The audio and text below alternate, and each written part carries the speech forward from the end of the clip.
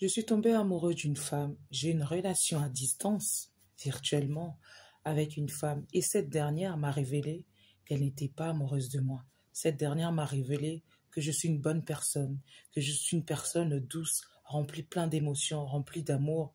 Mais je ne souhaite pas finir ma vie avec toi. Je ne souhaite pas m'engager avec toi cordialement. À bientôt. Plein de bonnes choses à toi. Bonjour à tous et ou bonsoir à tous. J'espère que vous allez bien. C'est Mona. Bienvenue sur votre chaîne de divertissement, une chaîne où on raconte des histoires diverses. Les amis, j'ai un auditeur qui m'a appelé. On a échangé, on a discuté.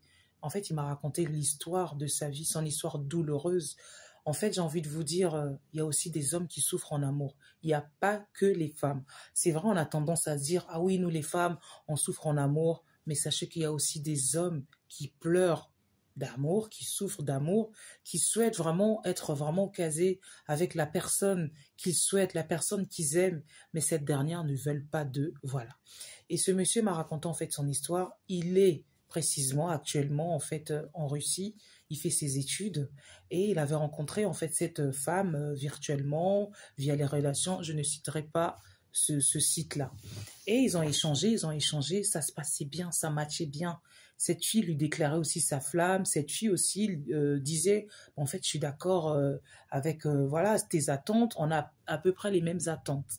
Mais cette dernière disait que là, actuellement, je dois faire mes études, je dois finir mes études et tout, et pour venir en Europe. Ce monsieur-là ne l'a jamais lâché. Il avait ses convictions religieuses, il croyait beaucoup en Dieu, il prie beaucoup Dieu, et en fait, il aidait cette femme. Il aidait financièrement, et bah moralement aussi, bah c'est une aide. Quand on est au bled et on rencontre quelqu'un d'ici, cette personne nous promet l'amour, normalement on doit être en accord. Et cette fille disait à ce monsieur, oui, bah je veux me marier, j'aspire à me marier, je veux avoir des enfants, mais je dois d'abord terminer, finir mes études. Et ensuite, ce monsieur me dit, Mona, je n'arrêtais pas de l'envoyer des sous. Et en fait, c'est en francs CFA, c'est l'équivalent de peut-être tous les mois 150, voire 200 euros par mois. Et quelques temps après, en fait, elle a perdu un de ses proches, elle a perdu un de ses parents. Et ce monsieur ne l'a jamais lâché. Ce monsieur l'a soutenu. Voilà, elle disait, oui, là, il faut faire ci, il faut faire ça. En fait, c'était une relation que de ça. Il y avait l'amour de la part de ce monsieur, mais il y avait plus peut-être, je dis bien peut-être, d'après ce qu'il m'a raconté, il y avait plus une autre attente vis-à-vis de cette femme envers ce monsieur. Et quelques temps après, elle a réussi ses études, elle a pu avoir sa bourse, elle a pu passer dans des écoles supérieures. Et ce monsieur a fait en fait un redoublement. Ce monsieur a échoué une année parce qu'il avait perdu un de ses proches. Ce monsieur a perdu un de ses parents. Donc quand tu perds un de tes proches, quand tu perds un de tes parents, tu es coupé du monde. Et pour ce monsieur, c'était une année noire pour lui, c'était une année sale pour lui. Et il n'a pas obtenu un soutien vis-à-vis de sa future en fait.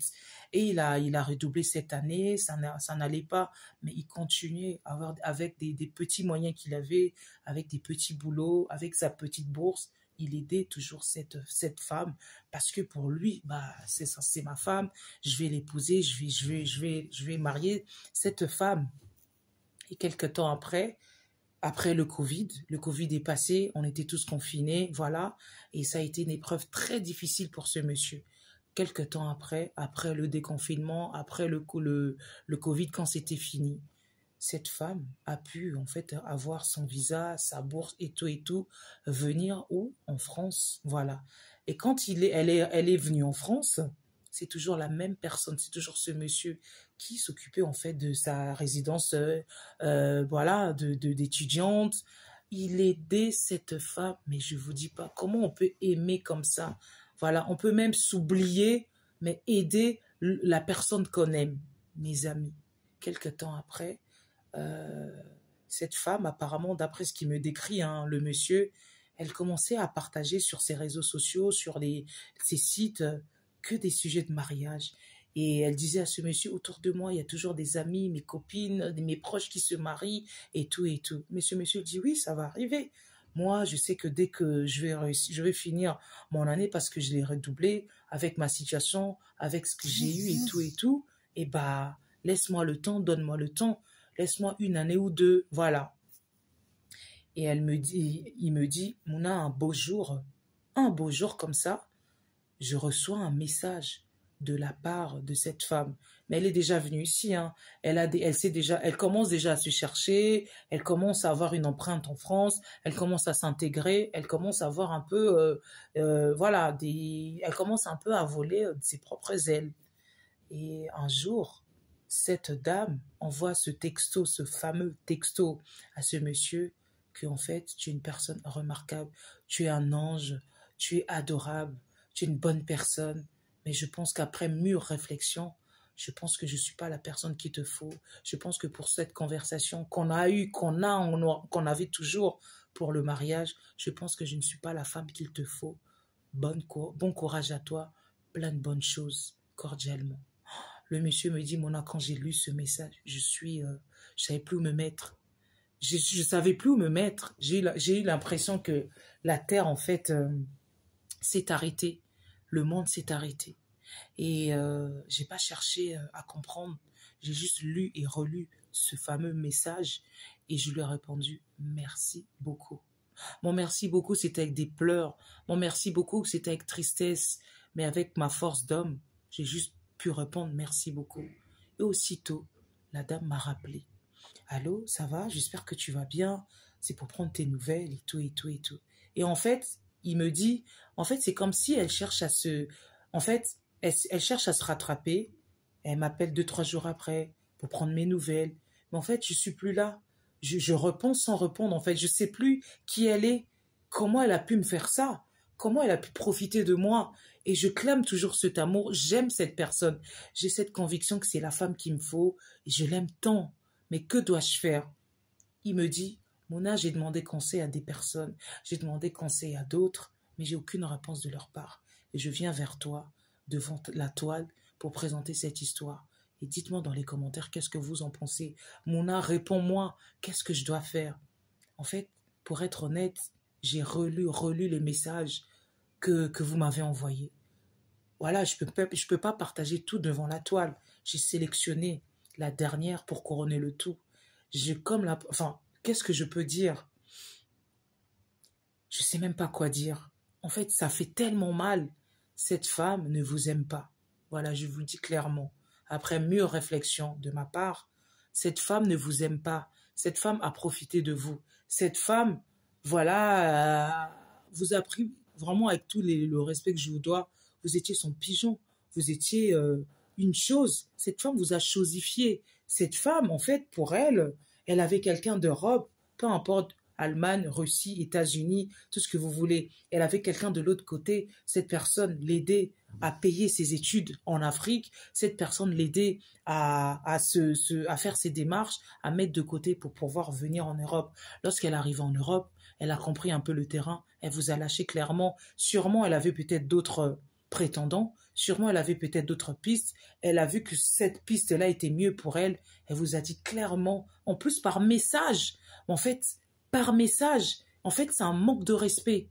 Et au moins l'audace d'appeler la personne, d'écouter l'émotion, de s'exprimer, de se justifier. Mais en fait, elle a écrit, vas-y, je t'envoie un message, tu lis ou tu lis pas, c'est fait, les paroles s'envoient, mais les écrits restent. C'est ce qu'elle vous a fait comprendre. Mais cette femme ne vous aime pas en fait. Et c'est tellement difficile. C'est vrai que vous êtes tombé. C'est vrai que c'est un choc pour vous. Mais lorsqu'on tombe, on se relève. Relevez-vous. Oubliez cette femme. Oubliez cette femme. Dites-lui, après tout ce qui s'est passé, après tout ce que j'ai pu te le faire, je l'ai fait par amour. Je t'ai aidé par amour. J'attends rien de ton retour. J'attends rien de ça. Franchement, si je l'ai fait, c'est par amour. Mais en fait, le ciel nous rendra chacun ses comptes. Dieu nous rendra chacun ses comptes, en fait.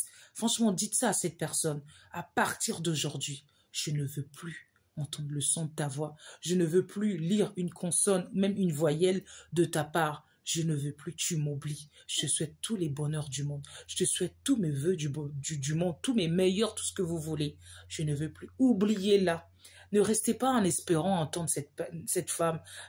En fait, ça sert à rien. Cette femme, en fait, c'est une vampire. Elle vous boit le sang, elle vous suce le sang. Franchement, comment on peut être aussi... Franchement, Malobezo zanganga, les mots me manquent. Les mots me manquent. En fait, tu oses dormir et te réveiller en train de faire du mal à l'autre. Et pour toi, c'est bon, tout baigne. Mais la vie s'arrête pas aujourd'hui. Demain est un autre jour. Donc, chers auditeurs, ayez confiance en vous. Vous êtes un homme. Ayez confiance en vous. Prenez courage. Finissez vos études là-bas en Russie. Prenez courage. Demain est un autre jour. Si ça se trouve, c'est pas la femme qu'il vous faut. Parce que la femme qu'il vous faut, vous ferez jamais ça. Voilà. Et peut-être que Dieu a permis que vous voyiez ce mal en elle, d'elle-même, sans qu'on vous dise, sans que les gens parlent. Vous l'avez vu de vous-même. Elle vous a envoyé un message. C'était clair et net. Elle n'est pas intéressée par vous. Mais depuis le début, mais vous avez peut-être pas vu ça. Rien n'est trop tard dans la vie. La vie, c'est que quand on meurt et que c'est fini, on vous enterre, on vous dit repose en paix. Mais tant qu'on a envie, il y a l'espoir. Vous êtes jeune, vous êtes en pleine carrière, vous êtes en train de faire vos études en fait.